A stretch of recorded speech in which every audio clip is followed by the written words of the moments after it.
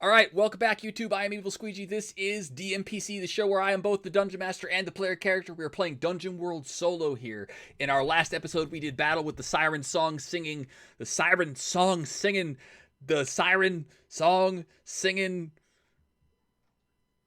super suspicious birds. They were big, they were tall, they were blue, and they had the power of luring us to our deaths, but we resisted the siren song, and we engaged them in their force, and they were jumping in and out of the shadows, and it was chaos, and eventually we won. They messed us up pretty good, but we took out all 8 of them, and then we were just about to approach the wagon. I have loaded myself up with the trophies as proof of victory over these birds, so that I can get my reward when we get back to town.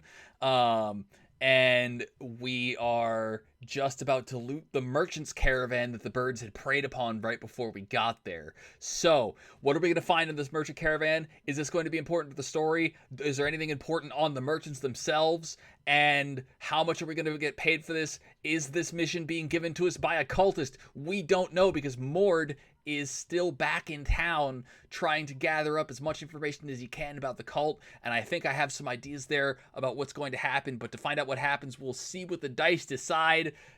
Stay tuned. Let's get this party started.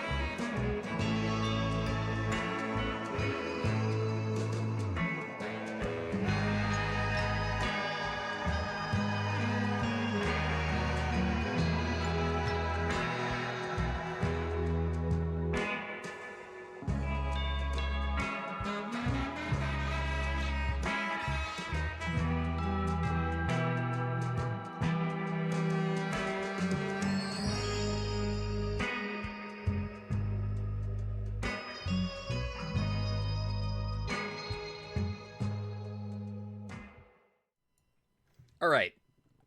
So we were just about to approach the caravan, the wagon, and loot it. I am maxed out on my carry weight with all of these bird heads, kind of like dripping their oozy blood down my armor. We first off, we know that there were 8 of these birds, and they did a D8 damage, so there is 8d8 treasure to be located. Let's find out what we get on the treasure list. That is 1,640 coins and 2 useful clues. The next question is there anything of importance on these bodies, or are these bodies anybody of importance to me? Yes, and intervention set to +1. Yes, one of these bodies was important to me, and there was something of importance on the body. I'm going to say that we find one of those cultist rods on the body of one of the merchants. So one of the merchants that was leaving here was a member of this cult, that they used the rods to identify each other, which means that this cult of Moern, this night cult, is bigger than just Northport. North Pass. I am going to loot that rod and take it with me. I am burdened. I am very heavily burdened. So what happens? Moves, special moves, encumbrance, because I'm taking all of these coins. You're damn right I'm taking all these coins. But every 100 coins is 1 weight, and I was already maxed out. So now I've got a bag of coins on this shoulder, and a heaping, oozy, bloody pile of bird heads on this shoulder as I'm kind of trudging back towards town. But we have to get there first. Encumbrance, there's the move. When you make a move while carrying weight, you may be encumbered. If your carried weight is equal to or less than your load, you suffer no penalty. Less than or equal to your load +2, you take -1 ongoing. Greater than your load +2, you have a choice. Drop at least 1 weight and roll at -1, or automatically fail. So I can't carry all of these. I'm going to drop the bird heads. I will just, I'm covered in blood. They're just going to have to take my word for it. I'm charismatic. I could probably sell it to them. We'll have Christina carry some of the bird heads so that we have some proof that we did engage the birds and killed them. Even though I don't have proof of every bird's death, we'll have dealt with the problem, and that'll be good enough, I think. And so I'm taking -1 ongoing until I lighten my burden of coins. I am so in need of... I'm going to buy a wagon and a horse, and I'm going to keep my stuff in the wagon, and that's not a secure place to keep your coins. But I don't have much of a choice because these coins are heavy. Okay, so am I able to carry all of these coins back? Let's see. I am not. I can only carry 1,000 of these coins. And how many coins did I loot there? 640 coins I've got to let loose. That's not fair. I don't have an option though, because I can't navigate back to town with all this loot. I can't hold all these limes. Did the caravan have any surviving horses? Good call. Yes, but they're spooked and wounded. So I'm going to take one of these horses and load up the horse with the rest of the loot. That'll solve all of our problems. Thank you for the idea, Tice. Very good question. Let's name this horse Tweed-Eye. Tweed-Eye the horse. We also need to know what these useful clues are. What is the suggestion? A map, a note, etc. So we'll say we find one note. What is the note? Abandoned technology.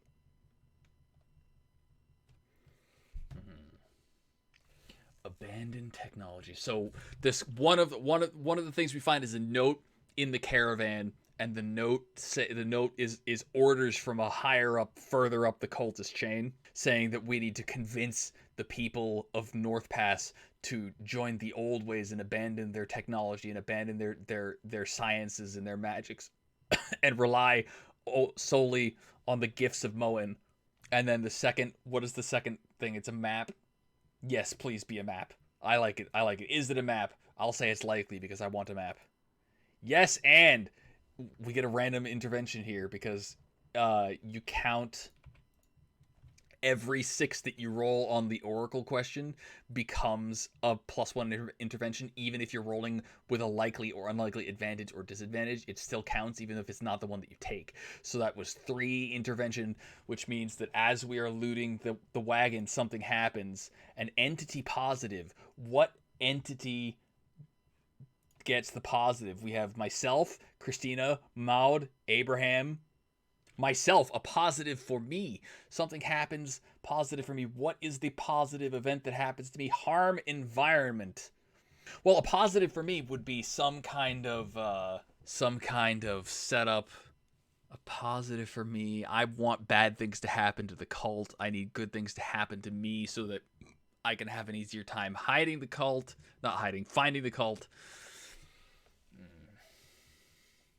You know, nothing comes to mind, so nothing happens. That's what happens when the prompts mean nothing to you. Is if you don't get any ideas, then nothing occurs.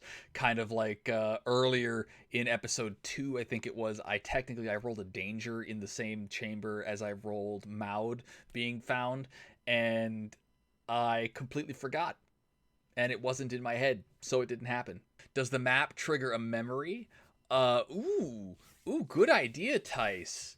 Harm environment. So I get a memory, I get a flashback of myself in another village somewhere elsewhere, another town, setting fire to this cult's headquarters. There's a place out there where I have purged this cult before. I've done it before. I can do it again, and I can take with this memory of this cult being purged before, with my new resolve and my newfound positive experience about this cult moving forward. I'm gonna take +1 forward to my next roll to deal with the cult. So I'm gonna write that down. Tweed-Eye the horse. Underneath that, +1 forward to deal with the cult. So the next thing that we need to do is we need to navigate our way back to town. That's going to be we have the horse. We have the scouting ahead is being done by Christina, so Christina does not subject to natural dice. She rolls +1. She gets a 7. The weather intensifies and worsens as she's scouting ahead. The storm that is perpetually hanging over North Pass grows and starts to engulf the area around North Pass. We're going to have to do something about this storm. Something is causing this storm to be here forever. It's probably got something to do with the bizarre history that we don't know anything about of yet. And then I need to navigate our way to North Pass from where we are now. Disadvantage from Tice. With disadvantage from Tice, I roll twice and take the lower of the 2 rolls. Oh, that is definitely going to be it. I fail a lot. I fail so miserably. But I mark XP. The storm is worsening and it drives us off course and we get lost on our way back to North Pass. We did find rations, I said, in that caravan. Rations that are being carried by Christina. Rations that are being carried by Christina. So we will strike camp. We'll find a place to strike camp in the wilderness. That's like, we'll say there's like an outcropping somewhere where there's an outcropping and we're camped up underneath it, finding shelter from the rain. And there are special moves for striking camp, and I will find out what they are in just a moment. Make camp. When you settle into rest, choose one member of the party to manage provisions. Then if you eat, drink, and have enough XP, you may level up. We do not have enough XP, but we can eat and drink. We manage provisions is a wisdom roll. Unnatural dice, what have you got for me? A natural roll from Gremory. So this is at -1. Oh, thank the gods. Thank the gods. Natural roll of 8. So on managed provisions 8, the party consumes the expected amount of rations. So we each consume 1 ration. And that night, if you're bedding down in dangerous lands, decide on a watch order. Then the GM chooses 1 person on a watch during the night to roll +0. On a 10+, the night passes without incident. On a 7 or 9, the GM chooses 1 from the list below. On a 6-, everyone marks XP and a danger manifests. You better stay sharp. So we are going to try. We're going to roll. Does unnatural dice apply to this? We're gonna say yes. We're gonna say yes. It does. Disadvantage from Cough's Bro. So 2d6 plus nothing twice is gonna be a 6. Everybody marks XP. I am almost enough to level again. I am 8 out of 9 experience points.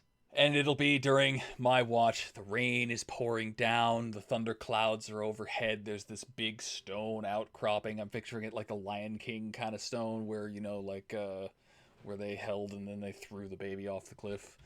That happened in the Lion King, right?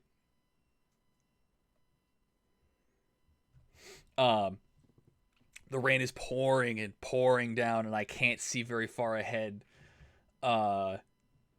It is time to stay sharp. Stay sharp is plus wisdom. Unnatural dice, what have you got for me? Advantage from Dio. Advantage from Dio. I roll twice to see a danger manifesting. I get a 9 minus 1 for my wisdom is 8. I manage to sound the alarm, but no one has time to prepare. Okay, so the question is, what danger is manifesting? That is the question. We're going to roll 1d12. 4. It is a hazard. What kind of hazard is it that manifests? A 7. It is a natural hazard. What kind of natural hazard is it that manifests? 1. Blinding mist or fog. All right, so a huge, thick fog rolls in and kind of and takes over the camp, and I can't see further than my hand in front of my face. It's damp and claustrophobic, and it's very wet. But that is all that happens that night in the middle of the thunder and the storm is the storm can't give way because we're in the vicinity of North Pass, and North Pass is the center of a perpetual storm, as we rolled earlier. But this fog that rolls in could be tied to some sort of supernatural threat that we will encounter later. So the next morning we have a 7. The weather gets even worse. The thunder and the lightning strikes get more frequent. The rain starts pouring down even thicker as Christina scouts ahead and finds us a path towards North Pass. And then it is my turn to navigate, and I miss because of Dio. We're going to say on a miss, what is the GM move that happens? Show signs of an approaching threat. That fog follows us. That's definitely what happens. The fog follows us and clings to us. We will eventually reach North Pass.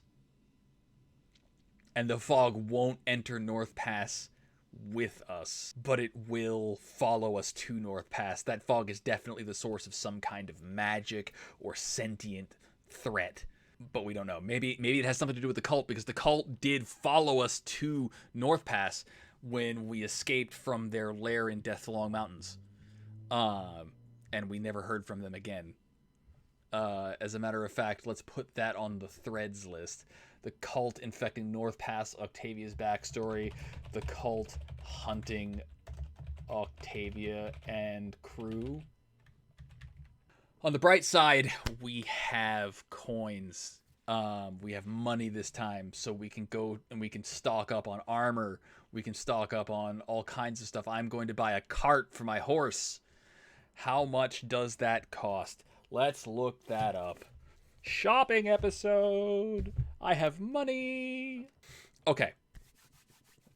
So we come back to town victorious. We go to the watch. We drop our. So we go to the watch.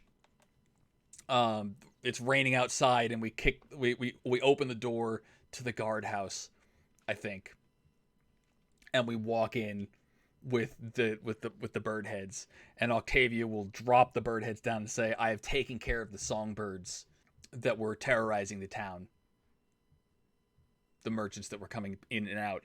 And the guard will kind of look at the head and look at me and nod, and he says, "That'll be 100 coins bounty." The guard will give us our payment, and we'll be on our way. And then we hit the shops, and we bought armor, we bought some healing potions, some adventuring gear, some dungeon rations. We were already equipped with a longsword and a shield. We bought a wagon to attach our horse to carry all of our stuff, so that we don't have to worry about the weight of all the encumbrance and stuff.